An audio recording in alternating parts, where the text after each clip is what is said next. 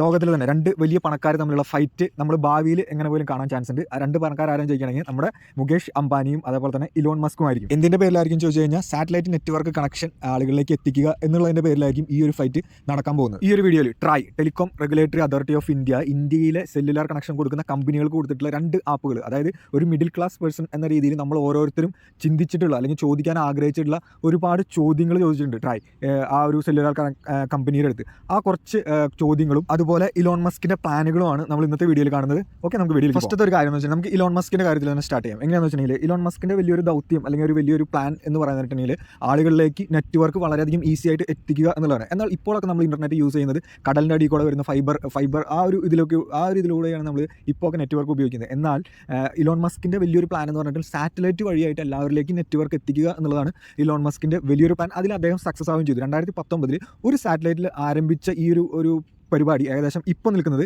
7000 സാറ്റലൈറ്റാണ് നമ്മുടെ ഭൂമിക്ക് ചുറ്റും കറങ്ങിക്കൊണ്ടിരിക്കുന്നത്. സോ സാറ്റലൈറ്റിലാണെങ്കിൽ നമുക്ക് ഈസി ആയിട്ട് ലോകത്തിൻ്റെ, അതായത് ഭൂമിയുടെ എല്ലായിടത്തേക്കും നെറ്റ്വർക്ക് എത്തിക്കാനായിട്ട് സാധിക്കും എന്നുള്ളതാണ്. എന്നാൽ ഈ കടലിലൂടെയൊക്കെ വരുന്ന ഫൈബറിന് ഒരുപാട് ലിമിറ്റേഷൻസ് ഉണ്ട്. അത് അദ്ദേഹം പറഞ്ഞിട്ടുണ്ടായിരുന്നു, ഞാൻ എല്ലായിടത്തേക്കും നെറ്റ്വർക്ക് എത്തിച്ച് കാണിക്കും എന്നുള്ളത്. അത് അദ്ദേഹം പ്രൂവ് ചെയ്യുകയും ചെയ്തു. അന്റാർട്ടിക്കയിലടക്കം അദ്ദേഹം നെറ്റ്വർക്ക് കൊടുത്തു.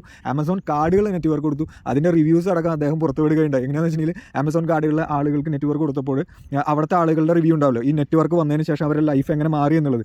അവരത് തുറന്ന് തന്നെ പറയുകയും ചെയ്തു. അവിടുത്തെ ലാംഗ്വേജ് തന്നെ ഡിഫറെൻറ്റ് ലാംഗ്വേജാണ്. ആ ലാംഗ്വേജിലേക്ക് മാറ്റിയിട്ടാണ് അദ്ദേഹം അവരെ നെറ്റ്വർക്ക് ഉപയോഗിക്കാനായിട്ട് പഠിപ്പിച്ചത്. സോ അവിടുത്തെ ആളുകളുടെ റിവ്യൂ എന്താണെന്ന് വെച്ചിട്ടുണ്ടെങ്കിൽ അവിടുത്തെ യങ്സ്റ്റേഴ്സ്, ഏകദേശം 2000 ഫാമിലീസാണ് അവിടെ ഉള്ളത്. അവിടുത്തെ യങ്സ്റ്റേഴ്സ് ഫുൾ ടൈം നെറ്റ്വർക്ക്, അതായത് മൊബൈലാണ് ഇപ്പോൾ യൂസ് ചെയ്തുകൊണ്ടിരിക്കുന്നത്. അതേപോലെ തന്നെ അവർ അശ്ലീല പടങ്ങൾ കാണുന്നു എന്ന് പറയുന്ന നെഗറ്റീവ് കമൻസുകളും. എന്നാൽ അവരെ സംബന്ധിച്ചിടത്തോളം ഒരുപാട് നല്ല നല്ല നോളജസ്, അവിടെയുള്ള കുട്ടികൾക്ക് നല്ല എഡ്യൂക്കേഷൻ കിട്ടുവാനായാലും, അതുപോലെ സിമ്പിളായിട്ട് പറയുകയാണെങ്കിൽ അവിടെ പാമ്പ് കടിക്കുന്ന, അതായത് അവിടെ അത്രയ്ക്ക് ഇതുണ്ട് പാമ്പ് ആമസോൺ കാർഡുകൾ എന്ന് പറയുമ്പോൾ. സോ അതിൽ നിന്നൊക്കെ എങ്ങനെ രക്ഷപ്പെടാം, എന്ത് മരുന്നൊക്കെ യൂസ് ചെയ്യാമെന്ന് പറയുന്ന ഒരുപാട് നോളജസ് ഞങ്ങൾക്ക് ഈ നെറ്റ്വർക്ക് വഴിയായിട്ട് കിട്ടി എന്ന് പറയുന്ന റിവ്യൂസും അവരുടെ ഭാഗത്തു നിന്ന് അദ്ദേഹം ലോകത്തിന് മുൻപിൽ കാണിക്കുകയുണ്ടായി. ഇതിനർത്ഥം എന്താണെന്ന് വെച്ചിട്ടുണ്ടെങ്കിൽ സാറ്റലൈറ്റ് നെറ്റ്വർക്ക് എന്ന് പറഞ്ഞാൽ ലോകത്തിൻ്റെ എവിടെ ഏത് മുക്കിലിരുന്നാലും മൂലയിലിരുന്നാലും നമുക്ക് ഈസി ആയിട്ട് നെറ്റ്വർക്ക് യൂസ് ചെയ്യാനായിട്ട് സാധിക്കും എന്നുള്ളതാണ്. ആമസോണിലും അന്റാർട്ടിക്കയിലും അടക്കം ഇന്റർനെറ്റ് കൊടുത്ത ഇലോൺ മസ്കിനെ സംബന്ധിച്ചിടത്തോളം ഏറ്റവും വലിയൊരു കടക്കാത്തൊരു കടമ്പ എന്നുള്ള രീതിയിൽ നിൽക്കുന്നതാണ് നമ്മുടെ ഇന്ത്യയിലേക്ക് വരാൻ സാധിക്കാത്തത് എന്നുള്ളത്. ഇതിന് പുറകിൽ ഒരുപാട് പൊളിറ്റിക്സ് ഉണ്ട്. അതിൻ്റെ മെയിൻ നമുക്കറിയാമല്ലോ, നമ്മുടെ അംബാനി ചേട്ടനുമായിരിക്കും, അതേപോലെ തന്നെ എയർടെൽ ഉണ്ട്, വോഡാഫോൺ ഉണ്ട്, BSNL ഉണ്ട്. സോ സ്റ്റാർലിങ്ക് ഒക്കെ നമ്മുടെ ഇന്ത്യയിലേക്ക് വന്നു കഴിഞ്ഞാൽ ഇവറ്റങ്ങളുടെ കഥയൊക്കെ പോക്കാണ് എല്ലാവർക്കും അറിയാം. ഈ ഒരു സാഹചര്യത്തിൽ ഇലോൺ മസ്ക് വളരെയധികം ട്രൈ ചെയ്യുന്നുണ്ട് എങ്ങനെയെങ്കിലും ഇന്ത്യയിലേക്ക് കടന്നു ചെല്ലുക എന്നുള്ളത്. എന്തിനാണെന്ന് വെച്ചിട്ടുണ്ടെങ്കിൽ അദ്ദേഹത്തിന് പ്ലാൻ എന്ന് പറഞ്ഞാൽ ഏകദേശം ഒരു 34,000 സാറ്റലൈറ്റുകൾ ഭൂമിക്ക് ചുറ്റും കറങ്ങണം എന്നുള്ളതാണ്. എന്നാലാണ് നമുക്ക് അത്രയ്ക്കും സ്പീഡായിട്ട് നെറ്റ്വർക്ക് എല്ലാവരിലേക്ക് എത്തിക്കാനായിട്ട് സാധിക്കുള്ളൂ. ഇതിന് ഒരുപാട് ഇൻവെസ്റ്റ്മെൻറ്റും ആവശ്യമുണ്ട്. സോ ഇന്ത്യ എന്ന് പറയുന്നത് 100 കോടി ആളുകളുള്ള അതും മൊബൈൽ യൂസ് ചെയ്യുന്ന ആളുകളുള്ള ഒരു രാജ്യമായതുകൊണ്ട് തന്നെ ഇന്ത്യയിലേക്ക് കടന്നു ചെല്ലുക എന്നുള്ളത് അദ്ദേഹത്തെ സംബന്ധിച്ചിടത്തോളം വലിയൊരു ഇൻവെസ്റ്റ്മെൻ്റ് ആണ്. ഈ ഒരു പ്ലാനിലേക്ക് എത്താനുള്ള വലിയൊരു മാർഗ്ഗം കൂടിയാണ്. സോ അതുകൊണ്ടാണ് അദ്ദേഹം വീണ്ടും ഇന്ത്യയുടെ വാതിൽ തട്ടിക്കൊണ്ടിരിക്കുന്നത്. അതിന് വേണ്ടിയിട്ട് മോദിയുമായി സംസാരിക്കുകയുണ്ടായി. മോദി അദ്ദേഹത്തിൻ്റെ ഒരു വീട് വിസിറ്റ് ചെയ്യുമ്പോൾ അദ്ദേഹത്തിൻ്റെ മക്കളുമായിട്ട് സംസാരിക്കുന്നതും കളിക്കുന്നതും തമ്മിലുള്ള ചിത്രങ്ങളും, അതുപോലെ തന്നെ മോദിയാണ് ബെസ്റ്റ് പ്രൈം മിനിസ്റ്റർ എന്ന് പറയുന്ന ഒരുപാട് കാര്യങ്ങളൊക്കെ അദ്ദേഹം, അതുപോലെ മറ്റൊരു കാര്യമാണ് ട്വിറ്ററിലും ഇൻസ്റ്റാഗ്രാമിലൊക്കെ മോദിയുടെ അക്കൗണ്ട് ഫോളോ ചെയ്യുക, ഇതേപോലെ കുറേ കാര്യം ചെയ്തിട്ടുണ്ടായിരുന്നു. അതേപോലെ തന്നെ മോഡിയുമായിട്ടുള്ള ആ ഒരു കണക്ഷൻ മറ്റുള്ളവരെ അറിയുവാൻ വേണ്ടിയിട്ട്, അതിന് മോഡിനെ ഫേമസ് ആക്കുവാൻ വേണ്ടിയിട്ട് അദ്ദേഹം ഇത് വൈറലാക്കുകയും ചെയ്തിട്ടുണ്ടായിരുന്നു. കാരണം എന്താ വെച്ചിട്ടുണ്ടെങ്കിൽ അദ്ദേഹത്തിന് എങ്ങനെയാണ് വൈറലാക്കുക എന്നുള്ള കാര്യമൊക്കെ അറിയാം, അതായത് കൂടുതൽ ആളുകളിലേക്ക് എത്തിക്കുന്നത് എങ്ങനെയാണെന്നൊക്കെ അറിയാം. ഇതേപോലത്തെ ഒരുപാട് കാര്യങ്ങൾ പ്രകടമായിട്ട് ചെയ്തിരുന്നു. പോരാത്തതിന് ട്രംപിൻ്റെ വിശ്വസ്തനായിട്ടുള്ള ഒരു പങ്കാളി കൂടിയാണ് ഇലോൺ മസ്ക് എന്ന് പറയുന്നത്. ട്രംപും മോഡിയും തമ്മിൽ അത്രയും കണക്ഷനും ഉണ്ട്. സോ ഇനിയും മോഡിക്ക് അല്ലെങ്കിൽ ഇന്ത്യക്ക് ഇത് സ്റ്റാർലിങ്കിനോട് അല്ലെങ്കിൽ ഇലോൺ മസ്കിനോട് കണ്ണടയ്ക്കുവാനായിട്ട് സാധിക്കുകയില്ല. അതിന് വേണ്ടിയിട്ടുള്ളതാണ് ട്രായ് ഇപ്പോൾ ഇവിടുത്തെ ഇന്ത്യയിലുള്ള ടെലികോം കമ്പനികൾക്ക് കൊടുക്കുന്ന ഓരോ തരത്തിലുള്ള റെസ്ട്രിക്ഷൻസ്, ഓരോ തരത്തിലുള്ള റൂൾസുകൾ അവർ ഇംപ്ലിമെൻറ്റ് ചെയ്യുന്നത് എന്തിനാണെന്ന് വെച്ചിട്ടുണ്ടെങ്കിൽ ഇവരെ മനുഷ്യന്മാരെ ചൂഷണം ചെയ്യുന്നത് നിർത്തിയിട്ട് ഇതേപോലെ കുറച്ചും കൂടിയും അവസരമുള്ള മേഖലയിലേക്ക് മാറ്റുക എന്നുള്ളതാണ്. സോ ഈ ട്രായ് ഇപ്പോൾ നമ്മുടെ ഈ ടെലികോം കമ്പനികൾക്ക് കൊടുത്തിട്ടുള്ള ചോദ്യങ്ങൾ എന്തൊക്കെയാണ് പറഞ്ഞിട്ടുള്ളത്, എന്തിനൊക്കെയാണ് നിങ്ങൾ മാറ്റേണ്ടത് എന്നുള്ള കാര്യങ്ങളൊക്കെ നമുക്കൊന്ന് നോക്കാം. ഫസ്റ്റത്തെ ഒരു ചോദ്യം എന്ന് പറഞ്ഞിട്ടുണ്ടെങ്കിൽ, ഇപ്പോൾ ഒരു കോംബോ പാക്ക് ആണല്ലേ, അതായത് നമ്മൾ റീചാർജ് ചെയ്യുന്നത് ഒരു കോംബോ പാക്കിലായിരിക്കും. അതിൽ നമുക്ക് ആവശ്യമില്ലാത്തതുണ്ട്. അതായത് ഇപ്പോൾ നമ്മളൊരു കടയിൽ പോയിട്ട് നമ്മളൊരു നെയ് റോസ്റ്റ് കഴിക്കുകയാണെങ്കിൽ അതിൻ്റെ ഒപ്പം ഒരു വട വയ്ക്കുകയാണെങ്കിൽ കുഴപ്പമില്ല. എന്നാൽ അതിൻ്റെ ഒപ്പം ഒരു ഇഡ്ഡലിയും ദോശയും അതേപോലെ തന്നെ പുട്ടും ഒക്കെ എടുത്ത് വെച്ചിട്ട് എല്ലാത്തിൻ്റെയും ബില്ല് വാങ്ങിക്കണമെങ്കിൽ എന്തായിരിക്കും അവസ്ഥ? അതേ അവസ്ഥയാണ് ഇപ്പോൾ നമ്മൾ ഈ കോംബോ പാക്കിൻ്റെ പിറകിൽ നടക്കുന്ന വലിയൊരു തട്ടിപ്പ്. സോ എന്തിനാണ് ആവശ്യമില്ലാത്ത കാര്യങ്ങൾ നിങ്ങൾ ആളുകളിലേക്ക് അടിച്ചേൽപ്പിക്കുന്നത് എന്നുള്ളൊരു ചോദ്യമുണ്ട്. ഇതിന് നല്ല രീതിയിലുള്ള ഒരു ഇംപ്ലിമെൻറ്റേഷൻ അടുത്ത ഒരു ഡിസംബറോട് കൂടിയിട്ട് ഉണ്ടാകണം എന്നാണ് ട്രായ് വളരെയധികം നന്നായിട്ട് ഊന്നി പറഞ്ഞിരിക്കുന്നത്. മറ്റൊരു കാര്യമാണ് ഇപ്പോഴും നമ്മുടെ നോക്കിയ അതായത് ബട്ടൺ ഫോൺ ഉപയോഗിക്കുന്ന ആളുകളുണ്ട്. ഇവരെ സംബന്ധിച്ചിടത്തോളം ഇവർക്ക് കോളിംഗ് മാത്രമേ ആവശ്യമുള്ളൂ. എന്നാൽ ഡാറ്റ അടക്കം നമ്മൾ ഇവർക്ക് അപ്ലോഡ് ചെയ്യേണ്ട അവസ്ഥയാണുള്ളത്. എന്താണെന്ന് വെച്ചിട്ടുണ്ടെങ്കിൽ എന്നാലാണ് നമുക്ക് അൺലിമിറ്റഡ് ആയിട്ട് കോൾ ചെയ്യാനായിട്ട് സാധിക്കുള്ളൂ. സോ ഈ ബട്ടൺ ഫോൺ ഉള്ളവർക്കടക്കം നിങ്ങൾ ഡാറ്റ അപ്ലോഡ് ചെയ്യുന്ന നിർബന്ധിക്കുന്നത് എന്നുള്ള ഒരു ചോദ്യം ഉണ്ടല്ലോ. അത് സാധാരണക്കാരെ സംബന്ധിച്ചിടത്തോളം വയസ്സായിട്ടുള്ള ആളുകളൊക്കെ ഈ ഒരു ഫോണുകളാണ് ഇപ്പോൾ ഉപയോഗിക്കുന്നത്. സോ എന്തുകൊണ്ടാണ് നിങ്ങൾ ഇങ്ങനത്തെ ഒരു നിയമം ഇതുവരെയായിട്ട് മാറ്റാത്തത്? മനുഷ്യന്മാരെ എന്തുകൊണ്ടാണ് നിങ്ങൾ ചൂഷണം ചെയ്യുന്നത് എന്നുള്ളൊരു ചോദ്യം ട്രായ് ഇപ്പോഴാണ് വയ്ക്കുന്നത് ഇത്രയും കാലമായിട്ട്.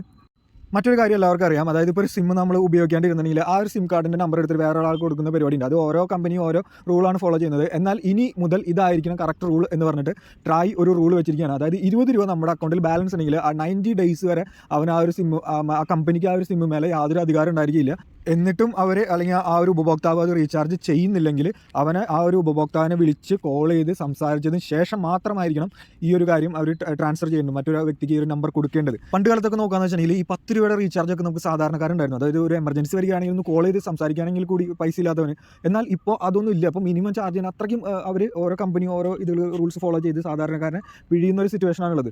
സോ എന്തുകൊണ്ടാണ് നിങ്ങൾ 10 രൂപ റീചാർജ് ഒക്കെ എടുത്ത് കളഞ്ഞത് എന്നുള്ളൊരു ചോദ്യം ഉന്നയിക്കുന്നത്. മറ്റൊരു കാര്യമാണ്, നമ്മൾ നോക്കുകയാണെങ്കിൽ ഒരു റീചാർജ് ചെയ്യുമ്പോൾ 28 ഡേയ്സ് എന്നാണ് പറഞ്ഞ് കാണിക്കുന്നത് അല്ലേ. എന്നാൽ ഒരു സാധാരണ ഇന്ത്യക്കാരന് മിഡിൽ ക്ലാസ്സിന് അവന് ശമ്പളം കിട്ടുന്നത് 30 ദിവസത്തിലൊരിക്കലാണ്. അതായത് 28 ഡേയ്സ് എന്ന് പറയുമ്പോൾ അവൻ ഒരു വർഷത്തിൽ 13 മാസത്തെ റീചാർജ് അവൻ ചെയ്യുന്നുണ്ട് എന്നുള്ളൊരു അർത്ഥമാണ്. സോ ഇതൊക്കെ ട്രൈ ഇപ്പോൾ അവരുടെ അടുത്ത് ഓരോ സംഭവങ്ങളൊക്കെ ആയിട്ട് ഇങ്ങനെ ശരിക്കും പണി കൊടുത്തുകൊണ്ടിരിക്കുകയാണ്. അടുത്തത് വലിയൊരു ന്യായമായിട്ടുള്ളൊരു കാര്യമാണ് തോന്നി. എന്താണെന്ന് വെച്ചിട്ടുണ്ടെങ്കിൽ 5G എന്ന് പറഞ്ഞിട്ടാണല്ലോ അവർ പൈസ വാങ്ങിക്കുന്നത്. എന്നാൽ ഓരോ സ്ഥലത്തിനനുസരിച്ചാണ് ഈ ജികൾ മാറിക്കൊണ്ടിരിക്കുന്നത്. വീടിൻ്റെ അകത്ത് പോയി 4G, കുറച്ച് ഒരു കാടിൻ്റെ അടുത്തേക്ക് പോയാൽ 3G, കുറച്ചുകൂടി ഉള്ളിലേക്ക് പോകുന്ന വെച്ചാൽ അവിടെ ജിയേ ഉണ്ടാവില്ല. സോ ഇതൊക്കെ ഇതിനനുസരിച്ചൊക്കെ നിങ്ങൾ എന്തുകൊണ്ടാണ് ആ ഒരു സർവീസൊക്കെ കറക്റ്റായിട്ട് കൊടുക്കാത്തത് എന്നുള്ളൊരു ചോദ്യവും ഇപ്പോൾ ഒരു ടെലികോം കമ്പനിയുടെ അടുത്ത് ട്രൈ വെക്കുന്നുണ്ട്. മറ്റൊരു കാര്യമാണ്, നമ്മൾ ഓരോ ദിവസവും ഉപയോഗിക്കുന്ന ഡാറ്റ എന്ന് പറയുന്നത് അതായത് 28 ദിവസത്തേക്കാണ് നമ്മൾ റീചാർജ് ചെയ്യുന്നു. എന്നാൽ എല്ലാ ദിവസവും നമ്മൾ ആ ഡാറ്റ ഫുള്ളായിട്ട് ഉപയോഗിക്കുന്നുണ്ടോ? തീർച്ചയായിട്ടും ഇല്ല എന്നുള്ളതായിരിക്കും എല്ലാവരുടെയും ഒരു ഉത്തരം. സോ എന്തുകൊണ്ടാണ് നിങ്ങൾ അടുത്ത ദിവസം ഇന്ന് യൂസ് ചെയ്യാത്ത ഡാറ്റ അടുത്ത ദിവസത്തേക്ക് ആഡ് ചെയ്ത് തരാത്തത്? 28 ദിവസത്തിനുള്ളിൽ എന്തുകൊണ്ടാണ് നിങ്ങൾ ആ ഒരു ഡാറ്റ ആഡ് ചെയ്ത് തരാത്തത് എന്നുള്ളൊരു ന്യായമായിട്ടുള്ള ചോദ്യങ്ങളാണ്. ശരിക്കും പറഞ്ഞാൽ ഞാനൊക്കെ ഇത് ഒരുപാട് ചിന്തിച്ചിട്ടുള്ളതാണ്. സാധാരണ എല്ലാവരും ചിന്തിച്ചിട്ടുണ്ടാവും. ഒരു മിഡിൽ ക്ലാസ് പേഴ്സൺസ് എല്ലാവരും മനസ്സിലോടിയിരിക്കുന്ന ഒരു ചോദ്യം തന്നെയാണ് ട്രൈ ചോദിച്ചിരിക്കുന്നത്. സോ ഇതൊക്കെ മുമ്പേ അറിയാൻ ട്രൈക്ക്, പക്ഷേ ഇപ്പോൾ ഒരു ഓപ്ഷൻ അല്ലെങ്കിൽ മറ്റൊരു ഓപ്ഷനോ അല്ലെങ്കിൽ മറ്റൊരു അവസരം കൂടി വരികയാണ്.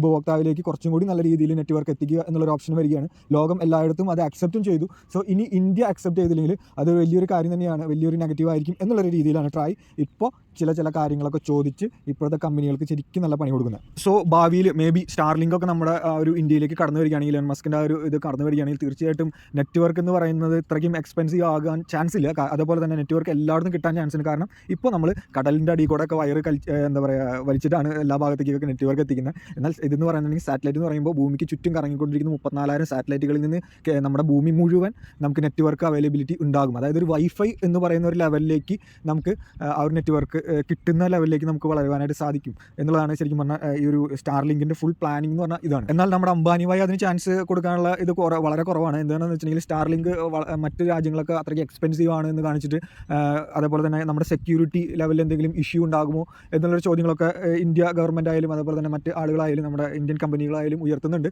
സോ ഇത് തന്നെയാണ് ചെറുതായിട്ട് അതിനൊരു തടയായിട്ട് നിൽക്കുന്നത്. എന്നാൽ അതിനൊരു വാദം എന്താണെന്ന് വെച്ചിട്ടുണ്ടെങ്കിൽ മറ്റ് രാജ്യങ്ങൾ എന്ന് പറഞ്ഞാൽ ചെറിയ രാജ്യങ്ങളാണ്. എന്നാൽ ഇന്ത്യ എന്ന് പറയുമ്പോൾ അത്രയും വലിയ രാജ്യത്തിലേക്ക് ഇത്രയും വലിയ നെറ്റ്വർക്ക് വരുമ്പോൾ അതിലുണ്ടാകുന്ന റേറ്റ് കട്ട് എന്ന് പറയുന്നത് അത് എല്ലാവർക്കും അഫോർഡബിൾ ആയിരിക്കും എന്നുള്ളൊരു കാര്യമുണ്ട്. എന്നാൽ ഇതിനിടയ്ക്ക് മറ്റൊരു കാര്യം നമ്മൾ കാണേണ്ടത് എന്താണെന്ന് വെച്ചിട്ടുണ്ടെങ്കിൽ നമ്മുടെ അംബാനി ചേട്ടൻ ഇതേ സാറ്റലൈറ്റ് നെറ്റ്വർക്ക് ചെറുതായിട്ട് ഇംപ്ലിമെൻറ്റ് ചെയ്ത് ട്രയൽ റൺ എടുത്തുകൊണ്ടിരിക്കുകയാണ്. അതായത് ഇവർ ഇത് ടൈപ്പ് വെച്ചിരിക്കുന്നത് ഒരു ഫോറിൻ കമ്പനിയുടെ കൂടെ ടൈപ്പ് വെച്ചിട്ട് ഇപ്പോൾ ആസാം, ഛത്തീസ്ഗഡ്, ഒഡീഷ അതേപോലത്തെ സംസ്ഥാനങ്ങളിലൊക്കെ ചെറുതായിട്ടൊരു ട്രയൽ റൺ നടത്തിക്കൊണ്ടിരിക്കുകയാണ്. സോ ഭാവിയിൽ നോക്കുകയാണെങ്കിൽ ഈ ഒരു സ്റ്റാർലിങ്ക് ഉള്ളിലേക്ക് വരികയാണെങ്കിൽ ഇവർ രണ്ടുപേരും തമ്മിൽ നല്ല കോമ്പറ്റീഷൻ. ഓക്കെ, നമ്മൾ ഇന്നത്തെ ഈ വീഡിയോയിൽ കണ്ടത് ട്രൈ നമ്മുടെ കമ്പനികൾക്ക് ഇട്ട് കൊടുത്തിരിക്കുന്ന പണി നമ്മൾ ഓരോരുത്തരും കൊടുക്കണമെന്ന് ആഗ്രഹിച്ചിരിക്കുന്ന, അല്ലെങ്കിൽ നേരിട്ട് ചോദിക്കണം എന്നൊക്കെ ആഗ്രഹിച്ചിരിക്കുന്ന ഒരു ചോദ്യങ്ങളായിരുന്നു. അതേപോലെ തന്നെ ഇലോൺ മസ്ക് എന്ത് രീതിയിലൊക്കെ എത്തിച്ചേർന്നു എന്നുള്ളതാണ് അദ്ദേഹത്തിൻ്റെ സക്സസ് സ്റ്റോറി. സോ അദ്ദേഹത്തിൻ്റെ ഭാവി പ്ലാനുകൾ എന്നുള്ള കുറച്ച് കാര്യങ്ങളൊക്കെ നമ്മൾ വീഡിയോ ഡിസ്കസ് ചെയ്ത് എല്ലാവർക്കും ഉപകാരപ്പെട്ടെന്ന് വിശ്വസിക്കുകയാണ്. നിങ്ങൾക്ക് ഇഷ്ടപ്പെട്ട കാര്യം, അതായത് ട്രൈയോട് നിങ്ങൾക്ക് ചോദിക്കണമെന്ന് ആഗ്രഹം ഉണ്ടായിരുന്ന ആ ഒരു ചോദ്യം നമ്മുടെ കമൻറ്റിലിടാൻ മറക്കണ്ട. അടുത്തൊരു വീഡിയോയുമായി കാണാം.